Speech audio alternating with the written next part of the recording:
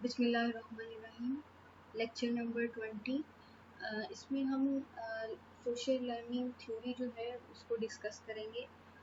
लेकिन उससे पहले जो हमारा प्रीवियस लेक्चर था, लेक्चर नंबर 19, जिसमें हमने ऑपरेंट कंडीशनिंग की बात की थी, उसके हवाले से मैं कुछ पॉइंट्स ऐड करना चाहूँगी यहाँ पे।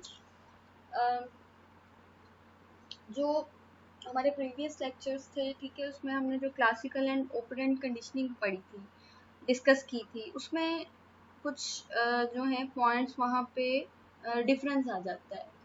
जो ऑपरेंट कंडीशनिंग है वो वॉलंटरी एक्सपीरियंस बेस्ड होती है, जबकि जो है क्लासिकल कंडीशनिंग वो इनवॉलंटरी है, ठीक है। उसमें इनबॉर्न अनलर्न जो एलिमेंट्स हैं वो आ जाते हैं। On the other hand operant conditioning जो है ये लर्न जो है एक्शंस एंड बिहेवियर्स समथिंग उस पे डिपेंड करती है, ठीक है। इसको एग्जांपल के साथ हम यूं ले सकते हैं, जिस तरह से क्लासिकल कंडीशनिंग में जो पेवलोव थे, उन्होंने डॉग जो है उसको एज अ स्टिमुलस फूड जो था वो प्रेजेंट किया, एंड देन जो था as a response saliva secrete हो गया। तो ये एक इननेट चीज़ है, ये हमने खुद से नहीं सीखा कि खाने को देख के, फूड को देख के एनिमल या जो ह्यूमंस हैं वो सलाइवा जो है मतलब सेक्रीट करें। ये खुद से नहीं सीखा गया, ये अल्लाह ताला ने या बाय बर्थ आप कह सकते हैं, या अनलर्नड इनबॉर्न जो थिंग है ये इंसान में रखी है। इसी तरह से जो है गर्मी या सर्दी की शिद्दत से इंसान का कांपना, ठीक है, कोई ख़राब या स्पॉइल फूड खाने के नतीजे में वॉमिटिंग का हो जाना, आईज जो है उनकी ब्लिंकिंग, पलक झपकना जो है, ये तमाम चीज़ें जो हैं इनवॉलंटरी जो हैं उसमें आ जाती हैं, ठीक है। जबकि दूसरी तरफ जो है, जो हमने एक्सपेरिमेंट डिस्कस किया था, जिसमें एक में रैट भी था जो लिवर प्रेस कर रहा था, और दूसरे एक्सपेरिमेंट में पिजन जो था वो ब्लू लाइट पे विद बीक जो है हिट कर रहा था। तो ये इसमें डिजायर्ड रिस्पॉन्स जो थे वो प्रोड्यूस होने के नतीजे में उसको स्टिमुलस दिया गया था, समथिंग फूड एंड मतलब इस तरीके से। तो इसमें खुद से जो है वो चीज़ एक इंट्रोड्यूस करवाई और देन उसको स्ट्रेंथन किया गया with the help of reinforcement, ठीक है। तो जो है ऑपरेंट कंडीशनिंग, इसमें जो है behaviour is maintained by it's consequences. तो एक तो ये इसमें डिफरेंस आ जाता है। दूसरा जो क्लासिकल कंडीशनिंग है उसमें स्टिमुलस पहले आ जाता है और रिस्पॉन्स बाद में आता है, जबकि ऑपरेंट कंडीशनिंग जो है उसमें रिस्पॉन्स पहले आता है और जो है स्टिमुलस वो बाद में आता है। और जो एक थर्ड मेजर डिफरेंस है इसमें, कि जो क्लासिकल कंडीशनिंग होती है उसमें फोर्स्ड रिस्पॉन्स होता है, यानी उसमें no matter of choice, selection नहीं होती, जो होता है वो करना होता है, उसी तरीके से चलता है। जबकि सिलेक्शन ऑफ रिस्पॉन्स जो है ऑपरेंट कंडीशनिंग जो होती है उसमें होता है, लेकिन जो चीज जो रिस्पॉन्स स्ट्रेंथन करना होता है ओनली उसी को रीइंफोर्स किया जाता है। तो ये इसमें जो है कुछ मेजर डिफरेंसेस जो थे वो मतलब आ जाते हैं, जो कि इस हवाले से डिस्कस होते हैं। तो अभी जो है हम मूव करते हैं अपने टॉपिक पे, सोशल लर्निंग थ्योरी के जो टॉपिक है इस पे मूव करते हैं।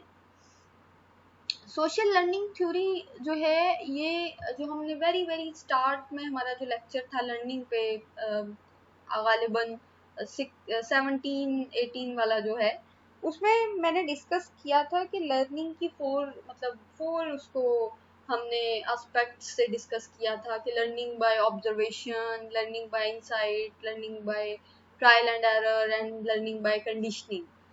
तो सोशल लर्निंग जो है बेसिकली ये ऑब्जर्वेशनल लर्निंग में ही आ जाती है। लर्निंग बाय ऑब्जर्वेशन जो है इसको लर्निंग बाय जो है मॉडलिंग या सोशल लर्निंग भी कहा जाता है।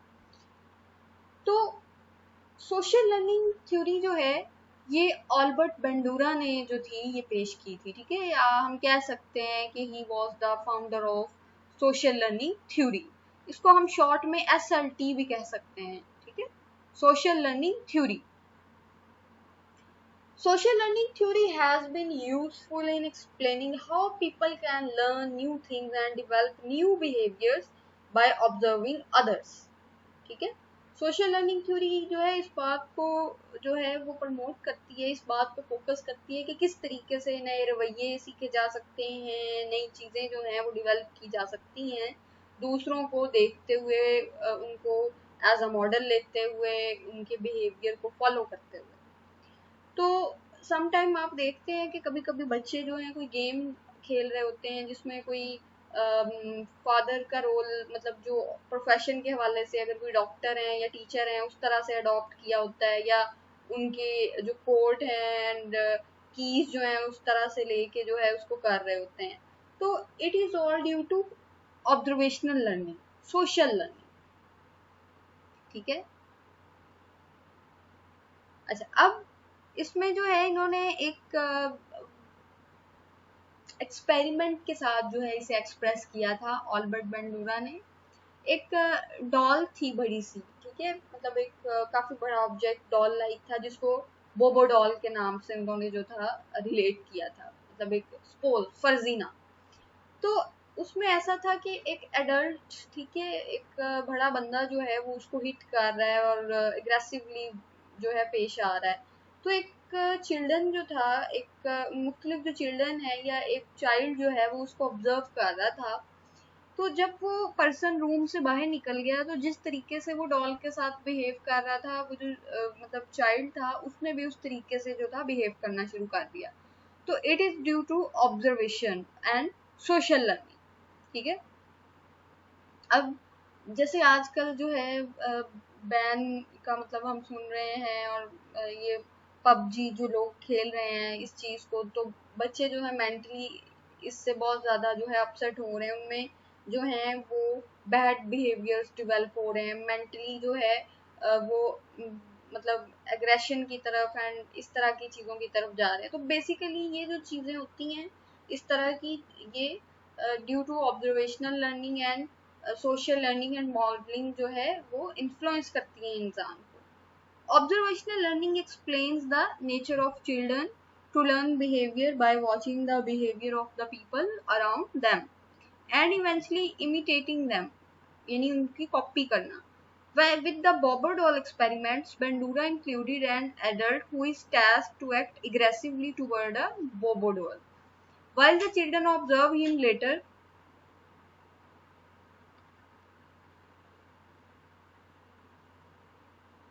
Bandura let the children play inside a room with the Bobo doll. He affirmed that these children imitated the aggressive behavior toward the doll which they had observed earlier. तो यहाँ पे जो थी ये चीज जो थी वो फिर प्रूव हो गई कि जो है बच्चा जो था या जो चिल्ड्रन जो थे, बच्चे जो थे वो ऑब्जर्व कर रहे थे बिहेवियर को, तो जिसके रिजल्ट में उन्होंने उसी तरह से जो था बिहेव करना शुरू कर दिया। ओके, अब इसमें जो है मॉडलिंग प्रोसेस आ जाता है। ठीक है, हम जो है किसी को एज अ मॉडल ले रहे होते हैं। अब सम टाइम कुछ लोग जो होते हैं वो बहुत ज़्यादा इंस्पायर होते हैं विद अदर्स, ठीक है, तो वो उनको अपना एज अ रोल मॉडल जो है कंसिडर कर लेते हैं, वैसा बनने की कोशिश करते हैं। कोई जो है मोस्ट या हाईली इन्फ्लुएंशियल पर्सनैलिटी हो सकती है, इसमें पेरेंट्स भी हो सकते हैं, टीचर्स हो सकते हैं, सिबलिंग्स एंड कोई आंट अंकल, मतलब कोई भी पर्सन जो है वो हो सकता है। तो ये तमाम चीज़ें जो हैं ये मॉडलिंग प्रोसेस के थ्रू होती हैं। मॉडलिंग प्रोसेस जो है, the modelling process developed by Bandura helps understanding that not all observed behavior could be learned effectively, nor learning can necessarily result to behavioral changes. The modeling process includes the following steps in order for us to determine whether social learning is successful or not. अच्छा, अब Bandura ने कुछ steps add किए हैं। उन्होंने कहा है कि ये नहीं है कि हर वो चीज़ जिसको आप ऑब्जर्व कर रहे हैं, ठीक है, वो मतलब सक्सेसिवली जाएगी। कुछ स्टेप्स होते हैं जिनको जो है वो फुलफिल किया जाता है, जिनको जो है लेके चला जाता है, अदरवाइज जो है अगर उन स्टेप्स को फॉलो ना किया जाए तो शायद ये जो प्रोसेस है ये लर्निंग का ये सक्सेसफुल ना रहे। तो ये इसमें इन्होंने मॉडलिंग के हवाले से जो है 4 स्टेप्स की जो है वो बात की है, ठीक है, जिसको ये बहुत ज़्यादा मतलब फेमस है और इम्पोर्टेंट भी है। कहीं पे इसको रिक्वायरमेंट्स भी के नाम से जो है रिलेट किया जाता है, रिक्वायरमेंट फॉर ऑब्जर्वेशनल लर्निंग, कहीं पे 4 स्टेप्स इन ऑब्जर्वेशनल लर्निंग। तो आइए देखते हैं कि इसमें कौन कौन से स्टेप्स जो हैं वो आ जाते हैं। सबसे पहले हमारे पास अटेंशन आ जाता है, ठीक है, second retention, third reproduction, fourth motivation.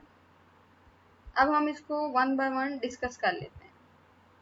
Attention, ठीक है, यानी तवज्जो देना। Close attention is necessary to what is happening around. People cannot learn unless they are able to observe model's behavior.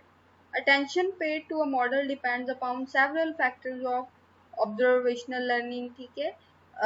For example, a child may be more likely to imitate an uncle than father, ठीक है। So, social cognitive theory implies that you must pay attention for you to learn. If you want to learn from the behavior of the model, the person that demonstrates the behavior, ठीक है, यानी present कर रहा है, पेश कर रहा है, then you should eliminate anything that catches your attention other than him. Also, the more interesting the model is, the more likely you are to pay full attention to him and learn. ठीक है, यानी कोई ऐसा element जो बहुत interesting हो और आपकी अटेंशन जो है वो कैच कर ले, और बाकी तमाम जो इर्द गिर्द जितने भी एक्टिविटीज या चीज़ें हो रही हैं वहाँ से जो है आपकी अटेंशन को कम्प्लीटली जो है वो ख़त्म करते हुए उस चीज़ की तरफ ले आए। तो दैट इज़ इम्पोर्टेंट, ठीक है। अब ऐसा होता है, हमने प्रीवियस लेक्चर्स में जो है जब हमने स्टेजेस ऑफ माइंड की बात की थी, जिसमें कॉन्शियस, अनकॉन्शियस, सबकॉन्शियस की बात की थी, तो वहाँ पे हमने ये भी बात की थी कि जो कॉन्शियस होता है उसमें वो चीज़ें आती हैं जिसको हम खुद अटेंड करते हैं, यानी एक टाइम पे हमारे इर्द गिर्द बहुत कुछ हो रहा होता है, लेकिन हमने उन तमाम में से सिलेक्ट करना होता है कि हमारे लिए ज़्यादा इम्पोर्टेंट क्या है या इंटरेस्टिंग क्या है या जिसको अटेंड करना हमारे लिए बहुत ज़रूरी है, तो हम उसी चीज़ को अटेंशन पे करेंगे, उसी को अपने कॉन्शियस का हिस्सा बनाएंगे। दैट थिंग जो है वो यहाँ पे ये बात जो है फिट आ रही है। अच्छा, सेकंड जो है, जब आपने अटेंशन पे कर ली, सेकंड स्टेप जो है दैट इज रिटेंशन, कि आपने एक दफ़ा अटेंशन दे के तो उस चीज़ को जो है वो मतलब ले लिया है, लेकिन अब उसको मेंटेन रखने के लिए आपको कुछ और भी करना पड़ेगा, आपको रिहर्सल करनी पड़ेगी, आपको प्रैक्टिस करनी पड़ेगी, आपको रिवीजन करनी पड़ेगी बार बार, ठीक है। The learner organizes and retains what has been observed, reliving experiences, mentally rehearsing future experience, ठीक है। Though by doing this imagination and language, the learner builds a cognitive map. Retention of the newly learned behavior is necessary. Without it, learning of the behavior would not be established, and you might need to get back to observing the model again, since you are not able to store information about the behavior. अब जैसे students जो है वो lecture attend करते हैं, important points note कर रहे हैं, ठीक है, तो अब अगर मतलब उन्होंने चीज़ें समझी हैं, लेकिन अगर वो उसको जाके रिहर्स नहीं करेंगे, रिवाइज नहीं करेंगे, तो वो चीज़ें आहिस्ता आहिस्ता स्किप होना शुरू हो जाएंगी। तो रिहर्सल, मॉडलिंग जो है, practice, that is important point of important thing. Okay, then reproduction, ठीक है, it is related to the reproduction of behaviour which is observe, यानी उसी तरह का डेमोस्ट्रेट किया जाए behaviour. Learner converts the cognitive representations into actions. It depends on the physical capability of the learner. यानी आप जो है then जो है एब्सोल्युटली उसी तरह का बिहेवियर जो है वो प्रेजेंट करें, वैसे ही डेमोस्ट्रेशन दें, दैट थिंग। जब आपने प्रैक्टिस की होगी, आपको पता होगा, तो उसी सूरत में जो है ऐसा कर सकते हैं। When you are successful in paying attention and retaining relevant information, this step requires you to demonstrate the behavior. In this phase, practice of the behavior by repeatedly doing it is important for improvement. अच्छा, अब इसमें fourth and last जो step हमारे पास आता है, that is motivation. Motivation means a need, a desire that energizes and directs behavior towards a goal. यानी कुछ भी काम करने के लिए जो है, जो पीछे एक फोर्स होती है जो पुश करती है एक पर्सन को कि जाओ भाई ये करो ये काम, that is motivation. Motivation even though कि अगर आपको प्यास लगी है, आपने जाके पानी का गिलास भी एक लेना है, पानी भी पीना है, तो उसके पीछे एक रीजन है, एक नीड थी, एक वजह थी, एक मोटिव था, एक जरूरत थी, ठीक है, जिसने आपको कहा है कि उठो और मतलब किचन तक जाओ एंड देन फ्रिज ओपन करो और एक ग्लास ऑफ वाटर जो है वो फिल करो और मतलब इसको लो। तो मोटिवेशन जो है, feeling motivated to repeat the behavior is what you need in order to keep on performing it. This is where in reinforcement and punishment come in. You can be rewarded by demonstrating the behavior properly and punished by displaying it inappropriately. So the actual or imagined rewards of imitated determine whether the behavior will differentiate or not. People are most likely to imitate those whom they see rewarded for their behavior and whom they like. Liking tends to be enhanced if the model is similar to the observer in gender, age, other characteristics, और is attractive and powerful. ठीक है, फिर और भी चीज़ें आ जाती हैं कि जो जिस पर्सन को बिहेव करके वैसा बिहेवियर डेमोस्ट्रेट करना चाह रहा है या वैसा बनना चाह रहा है, तो उसकी एज ग्रुप क्या है, अट्रैक्टिव है, पावरफुल है, ये जो करेक्टरिस्टिक्स हैं ये भी इन्फ्लुएंस करती हैं। अच्छा, अब कुछ एडिशनल इंफॉर्मेशन जो मैं शेयर करना चाह रही हूँ कि वो जो मॉडल लिया जाए उसमें भी तो कुछ ऐसी करेक्टरिस्टिक्स होनी चाहिए ना कि वो जिसकी वजह से एक पर्सन जो है उसे एज अ मॉडल सिलेक्ट कर रहा है।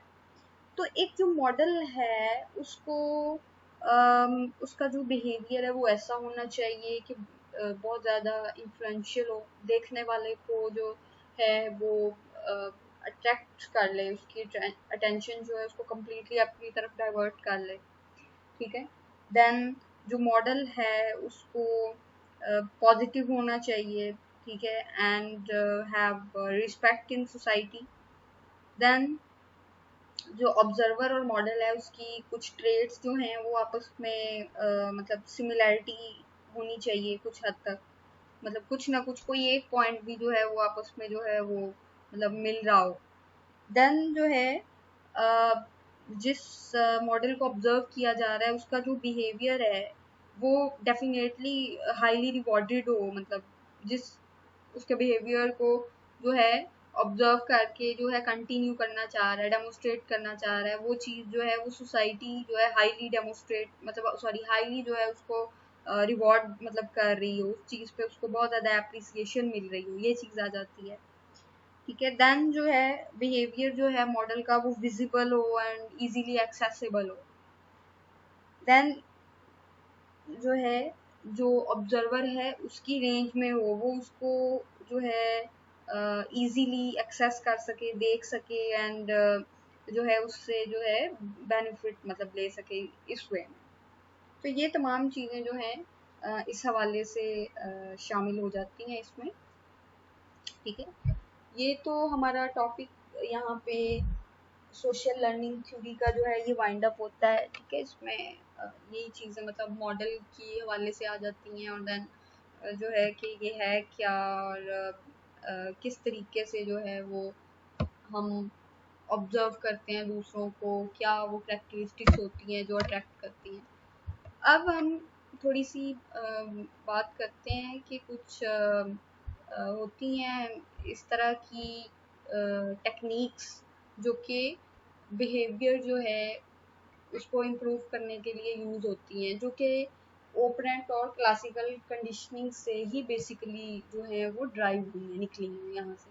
अब हम वो देख लेते हैं कि कौन कौन सी जो है वो हो सकती हैं, ठीक है। इसमें हमारे पास बिहेवियर मॉडिफिकेशन के नाम से, ठीक है कुछ टेक्निक्स, उनको हम डिस्कस कर लेते हैं, ठीक है। इसमें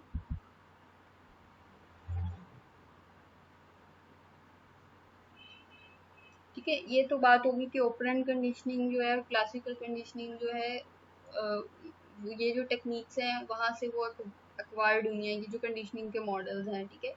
तो इसको डिफरेंट कॉम्बिनेशन के साथ जो है वो यूज किया जाता है। इसको बिहेवियर मेंटेन करने के लिए इनअप्रोप्रिएट बिहेवियर जो है उसको अप्रोप्रिएट करने के लिए, ठीक है, इमोशनल बिहेवियर जो है उसको ठीक करने के लिए, देन पेशेंट्स जो हैं उनके लिए, जो स्पेशल चिल्ड्रन हैं उनके लिए, और यूजुअली पेरेंट्स और टीचर्स भी जो है इसको सिनेरियो के अकॉर्डिंग और डिफरेंट सिचुएशंस के अकॉर्डिंग जो है वो यूज़ करते हैं।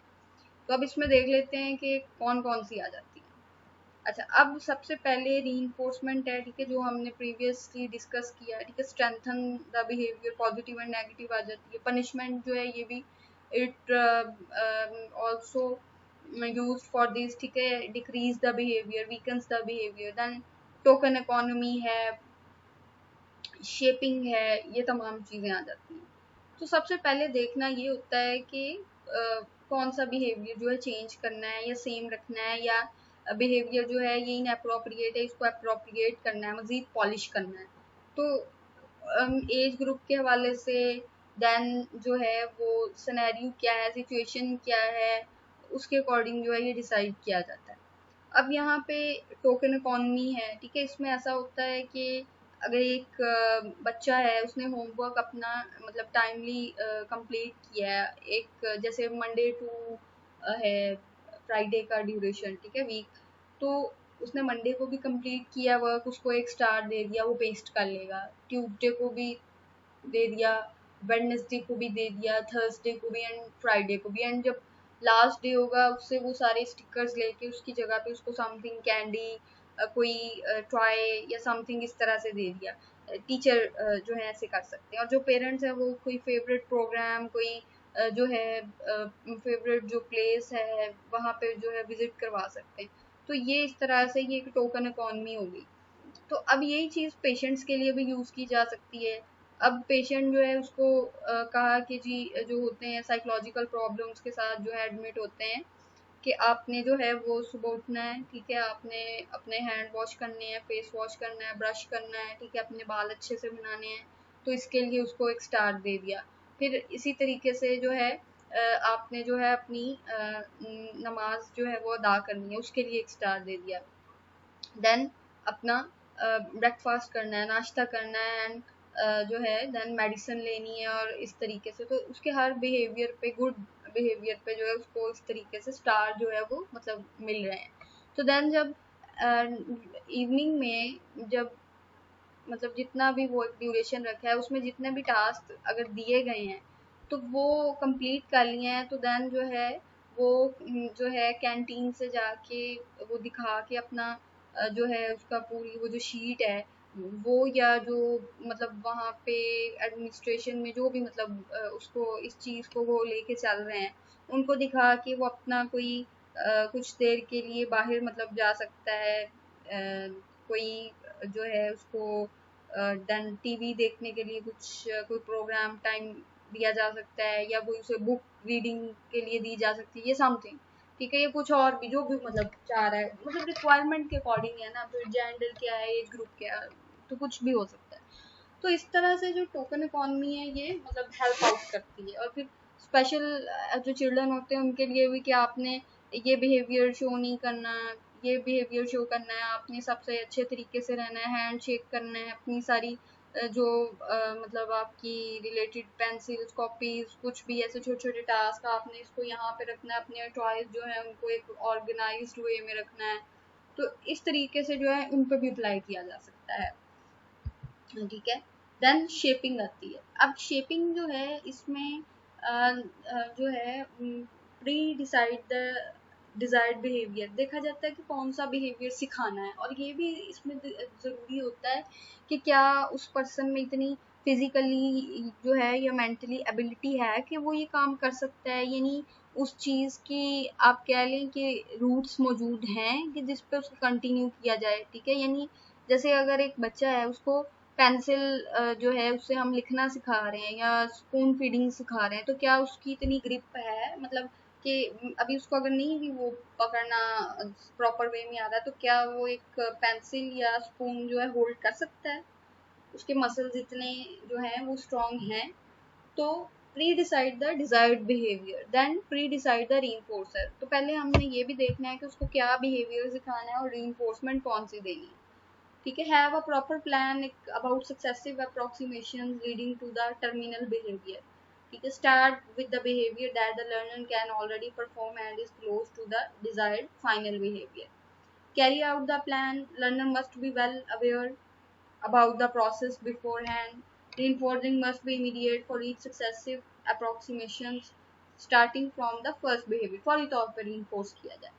Until and unless the learner has mastered previous behavior, the learner should be moved to a new approximation. ठीक है, यानी अगर एक बच्चा है उसको स्पून फीडिंग सिखा रहे हैं, अब उसने पहले स्पून पकड़ना सीख लिया, ये चीज़ उसको सिखाई जाएगी। देन कि उसने अपनी पैलेट जो है, अपनी प्लेट जो है, उसमें से किस तरह से फूड लेके खाना है, वो गिराएगा भी और कुछ खाएगा भी, लेकिन आहिस्ता आहिस्ता जो है with reinforcement of successive approximation एक ऐसा टाइम आएगा कि वो बिल्कुल अपना जो है ड्रेस एंड टेबल उसको खराब किए बगैर जो है वो सक्सेस विद कंप्लीट सक्सेस जो है वो बाय स्पून जो है वो खाना सीख जाएगा।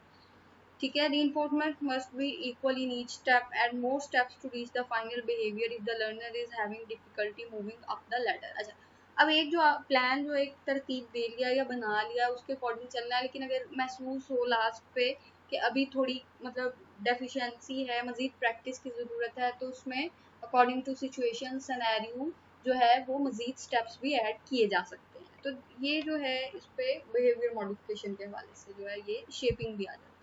अब ये देखें, आप इस इमेज में देख सकते हैं कि एक बच्चा है, पहले जी उसने स्पून पकड़ा है, ठीक नहीं है, फिर उसको थोड़ा सा बेहतर हुआ प्रॉपर, देन जो है उसने स्पून में खाना डालना सीख लिया एंड देन जो है वो इस तरह से कर रहा है, उसको कामयाबी के साथ विद सक्सेस जो है अपना खाना जो है वो ले रहा है। अच्छा, देन अब हैंड वॉशिंग रूटीन। ठीक है, ये एक बच्चे को सिखाना है हमने कि हैंड आपने कैसे वॉश करना है। Turn on water tap. ठीक है, put hands in water, put pumps of soap on hand, rub hands in with water, turn off water, dry hands. तो इस तरीके से ये तमाम जितनी भी हमारी लाइफ में ये चीज़ें ऐसी चल रही होती हैं, बेसिकली तमाम लर्निंग पे और जो बिहेवियर मॉडिफिकेशन की टेक्निक्स हैं उस पर डिपेंड कर रही होती हैं, मतलब इसके हवाले से सीखते हैं। अच्छा, इसमें और भी है कि जब डिफरेंट टेक्निक्स जो है बिहेवियर के हवाले से इस्तेमाल करते हैं, जैसे फोबिया हो गया, ठीक है, मतलब खौफ लोगों को होता है मुख्तलिफ जगहों का, वो विजिट नहीं करना चाहते और इस तरीके से, तो उसमें भी डिफरेंट टेक्निक इस्तेमाल की जाती हैं। सिस्टमेटिक डिसेंसिटाइजेशन है, फ्लडिंग है। सिस्टमेटिक डिसेंसिटाइजेशन जो है उसमें डायरेक्टली एक्सपोजर करवा दिया जाता है चीज़ों के साथ, ठीक है, लेकिन देखना है कि पर्सन में इतना स्टेमिना है कि वो डायरेक्ट किसी चीज़ को फेस कर सकता है या नहीं। और ठीक है, सिस्टमेटिक डिसेंसिटाइजेशन में स्टेप बाय स्टेप लेके जाया जाता है, ठीक है, और फ्लडिंग में डायरेक्ट एक्सपोजर करवा दिया जाता है।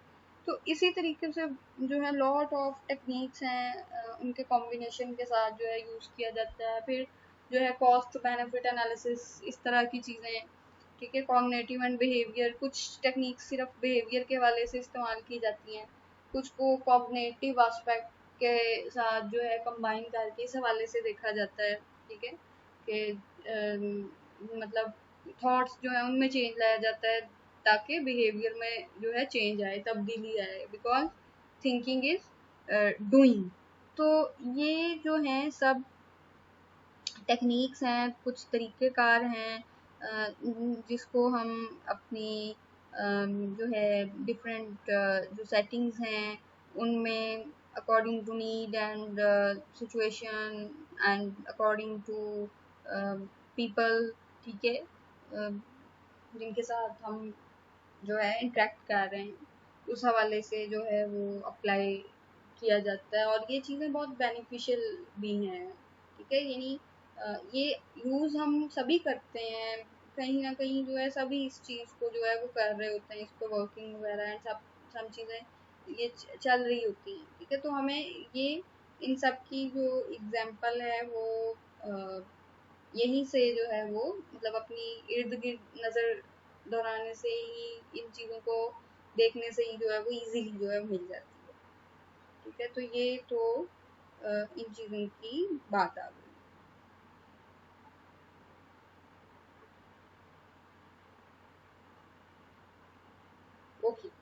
तो आज का हमारा लेक्चर जो है ये यहाँ पे वाइंड अप हो रहा है, ठीक है। अब हमने क्लासिकल कंडीशनिंग, ऑपरेंट कंडीशनिंग और सोशल लर्निंग जो थ्योरी है उसको कम्प्लीटली अपने इस टॉपिक को, इन टॉपिक्स को जो है वो कवर कर लिया है। इंशाल्लाह जो हमारा नेक्स्ट लेक्चर होगा, लेक्चर नंबर 21, उसमें जो है हम जो नेचर और नर्चर, ठीक है, इन्वायरमेंट एंड जो बायोलॉजी है उसके कॉम्बिनेशन के साथ, ठीक है, लर्निंग के हवाले से मज़ीद उसको मतलब एक्सप्लोर करेंगे कि और किस किस वे में जो है ये चीज़ें जो हैं वो इन्फ्लुएंस करती हैं और मतलब क्या इसके कनेक्शंस जो हैं वो लर्निंग के साथ। ठीक है, अल्लाह हाफिज़।